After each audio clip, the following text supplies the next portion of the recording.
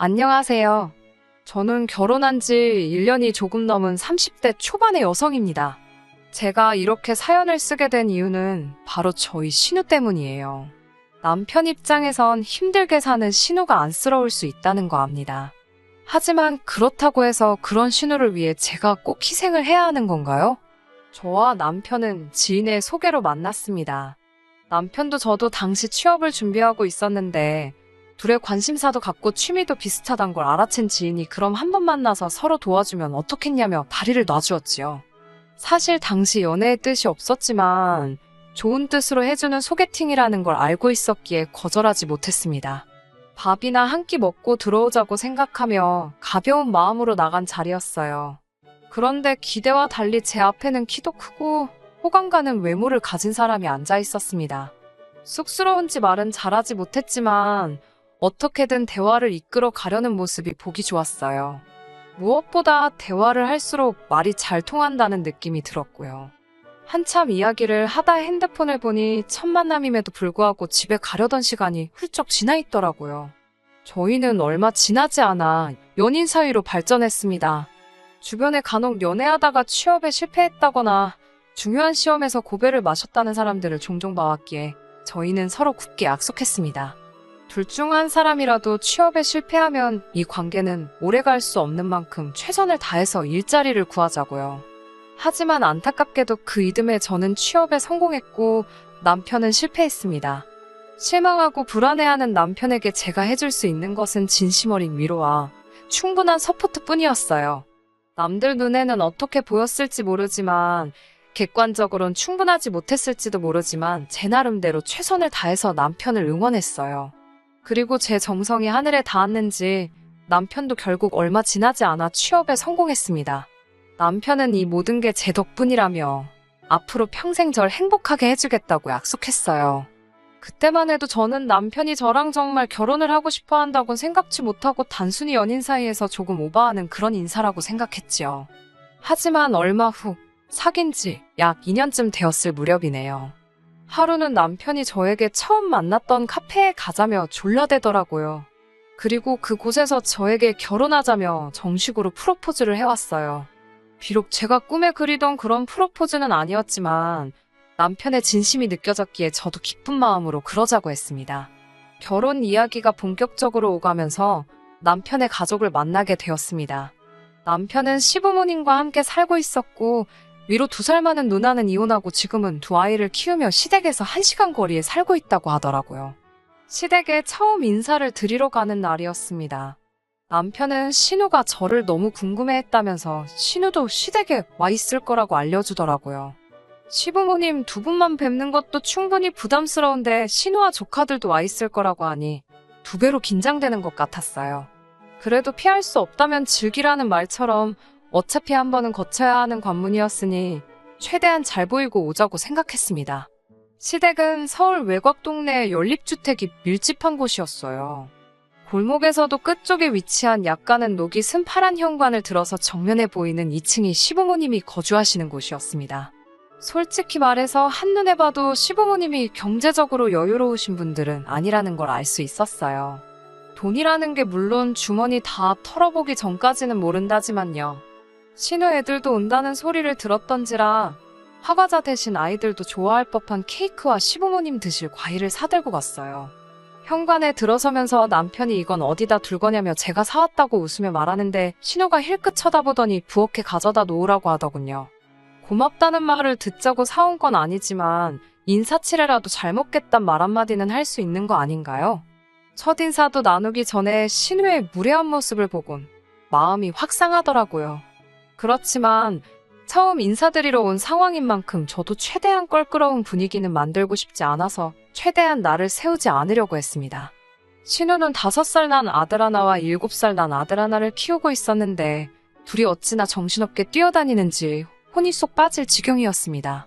부엌에 계시던 시어머니께서 나와서 거실 상황을 보시더니 저더러 애들이 한참 뛰어다닐 나이라 그렇다며 금방 식사 준비되니까 조금만 참고 기다리라 하셨어요.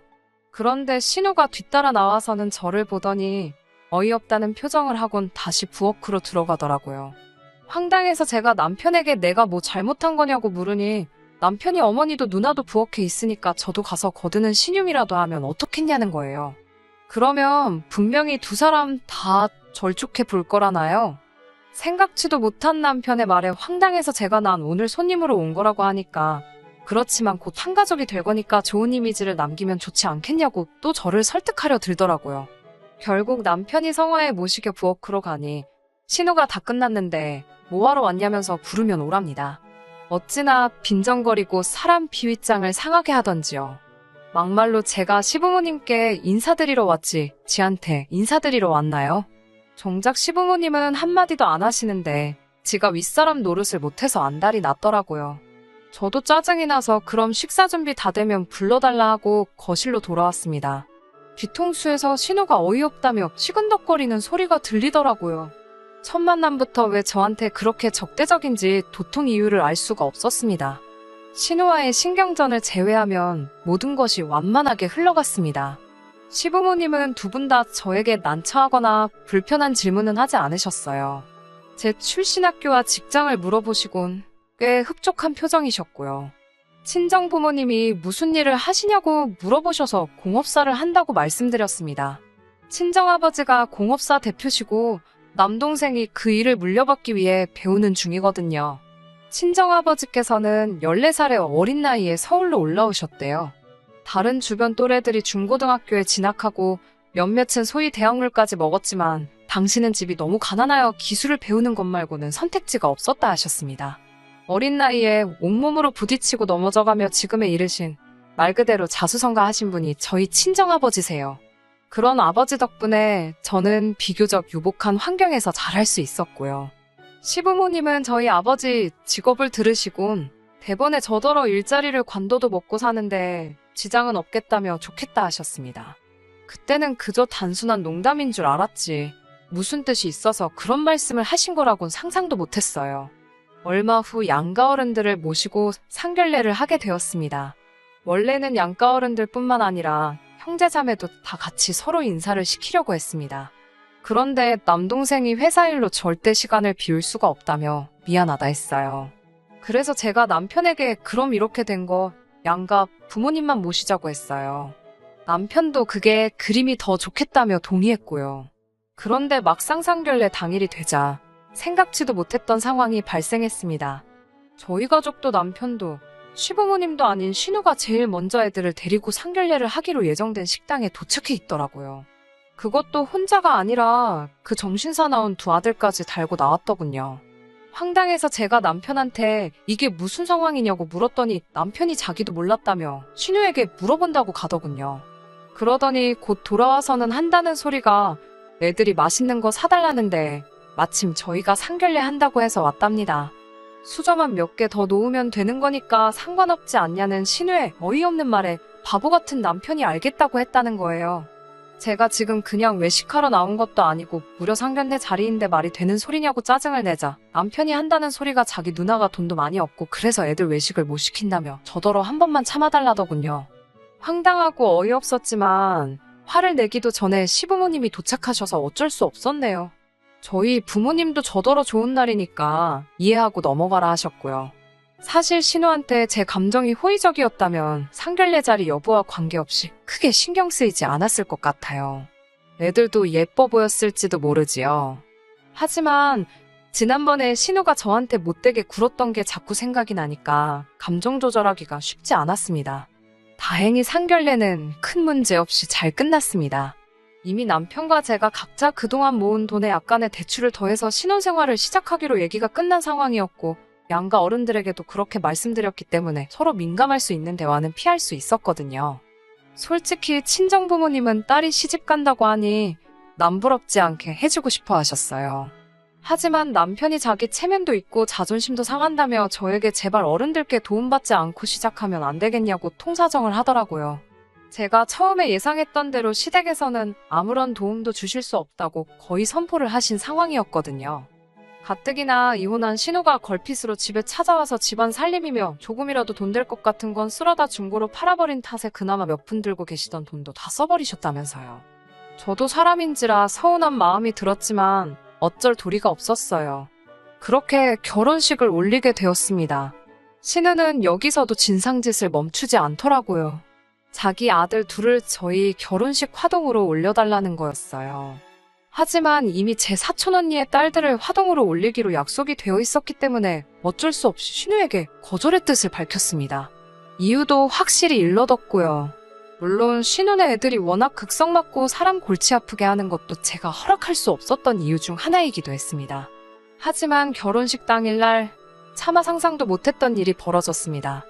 신랑인 남편이 먼저 입장하고 사촌 언니의 딸들이 제가 걸을 꽃길을 만들어주기 위해 버질로드를 걷기 시작했는데 어디선가 신우 애들이 뛰어나와서는 장난을 치는 거예요. 앞서 여자애들이 뿌려놓은 꽃잎을 한 주먹 집어서 자기들끼리 눈싸움하듯 던지는데 그 잠깐의 시간이 1시간은 되는 것처럼 느껴졌습니다. 게다가 신우도 그렇고 시부모님도 말리질 않았습니다. 그나마 다행히 능숙한 진행 요원들의 대처로 작은 에피소드처럼 끝나긴 했지만요. 우여곡절 끝에 결혼식은 마쳤지만 정말 화가 머리끝까지 차더군요. 당장이라도 마음 같아선 신우한테 애들 간수 좀 똑바로 하라고 쏴붙이고 싶었어요. 남편은 그런 저에게 미안하다면서 누나도 애들이 그럴 줄은 몰랐을 거랍니다.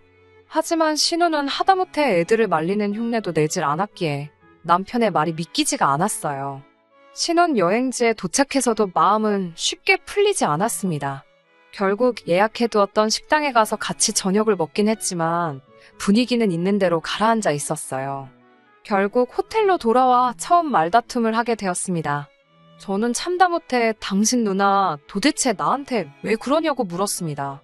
처음 인사드리러 간 날부터 나한테 날 세우고 그러지 않았냐고요. 그러자 남편이 마치 올게 왔다는 듯한 표정으로 한숨을 내쉬더니 저 때문이 아니랍니다. 누나 성격이 원래 어딜 가든 자기가 제일 주목받고 관심을 끌어야 직성이 풀린다나요. 어이가 없어서 더 말도 하기 싫었습니다.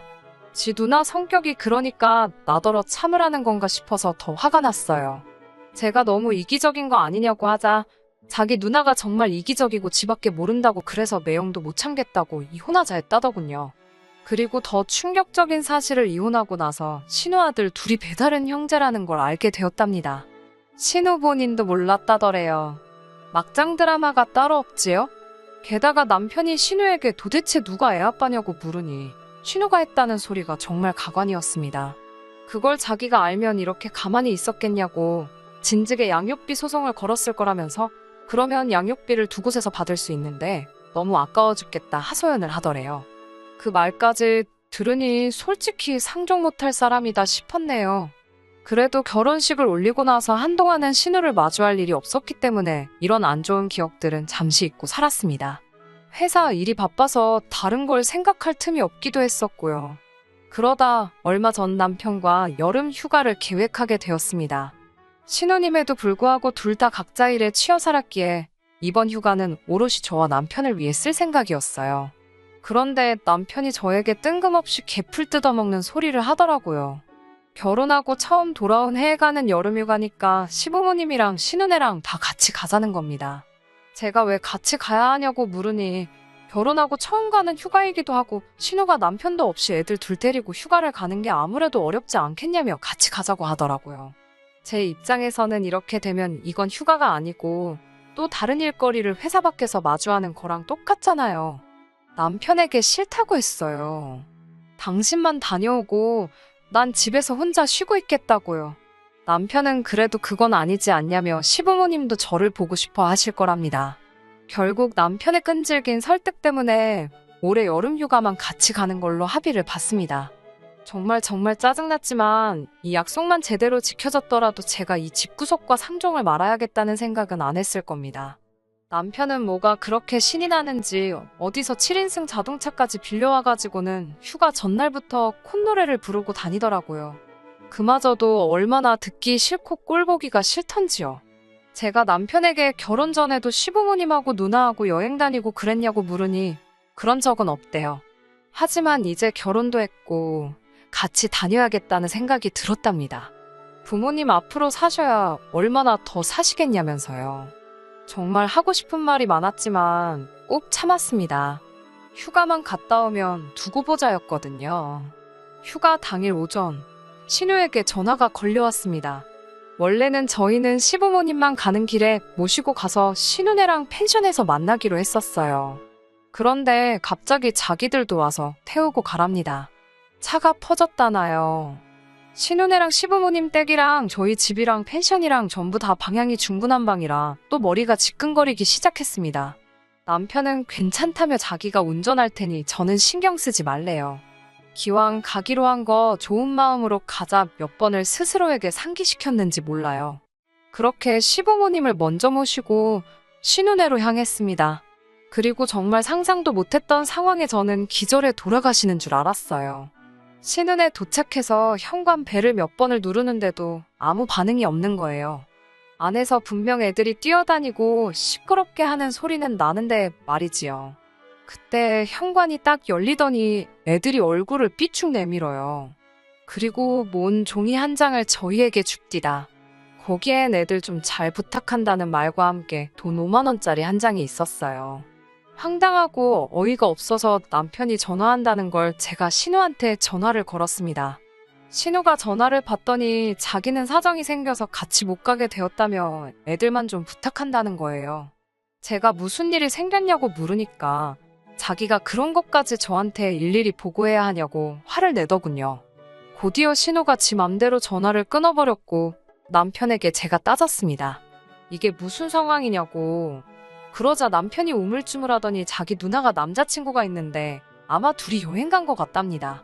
그러면서 기왕 이렇게 된 거 애들만 데리고 갔다 오자는 거예요. 제가 미친 거 아니냐고, 애들 엄마도 팽개치고 간마당에 우리가 왜 애들을 데리고 여행을 가냐고, 그러다 무슨 일이라도 생기면 그 원망을 어떻게 들으려고 그러냐고 저는 못 간다고 했습니다.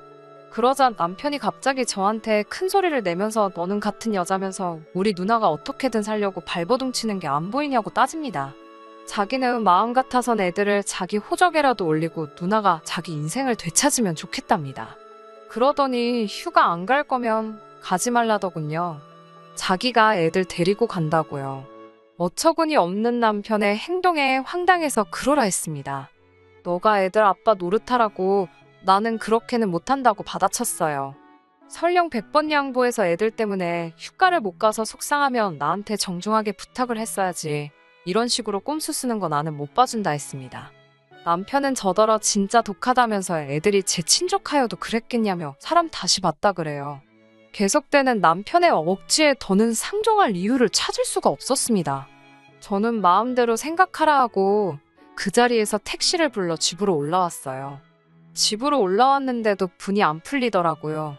그렇지만 똥이 무서워서 피하나요? 더러워서 피하지. 아무리 생각해도 남편하고 더 살다간 신우 뒷수발이나 들게 생겼다 싶었습니다. 저는 남편에게 문자로 헤어지자고 남겨둔 뒤 제 짐을 챙겨 친정으로 향했습니다. 전셋집이 제 이름으로 계약이 되어 있었던 상황이었기에 결혼할 때 들어간 돈을 회수하는 건 어렵지 않겠다 싶었어요.